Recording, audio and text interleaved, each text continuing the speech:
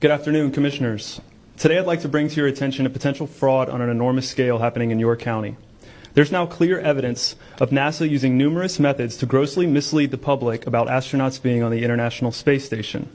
During interior ISS scenes from NASA's own live feed, the use of wires, harnesses, green screens, and virtual reality have been detected to achieve the appearance of a weightless environment.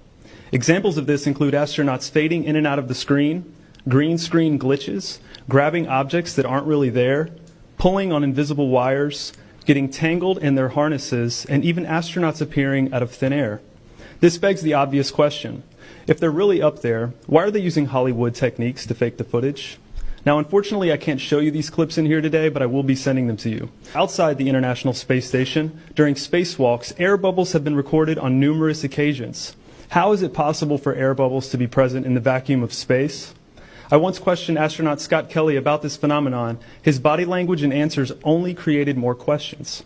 In 2013, astronaut Luca Parmitano nearly drowned during a spacewalk when his helmet filled with water.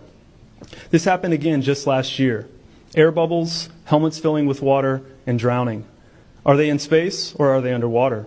Now, what's really interesting is that they train for spacewalks in an underwater pool with a complete ISS replica.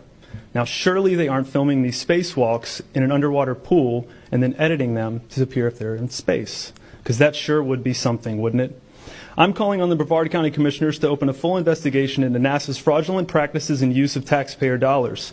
It costs NASA $3 billion per year to operate the ISS, and if they don't have a darn good explanation as to why they're faking these videos, I and the public would like a darn good explanation as to where our tax money is going.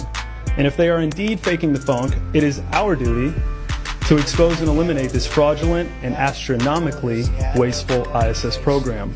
And look, I know what you're all thinking. The NASA is part of the federal government and you're just county commissioners. Even if what I'm saying is true, what can you do? But let me remind you, not only is this happening in your county, as public officials, you have the platform and the ability to make a statement or hold a press conference, alerting the public, state, and federal authorities to investigate further. You have the power to start the conversation. Video evidence of everything I described today will be emailed to you all, and I truly hope we can get to the bottom of this.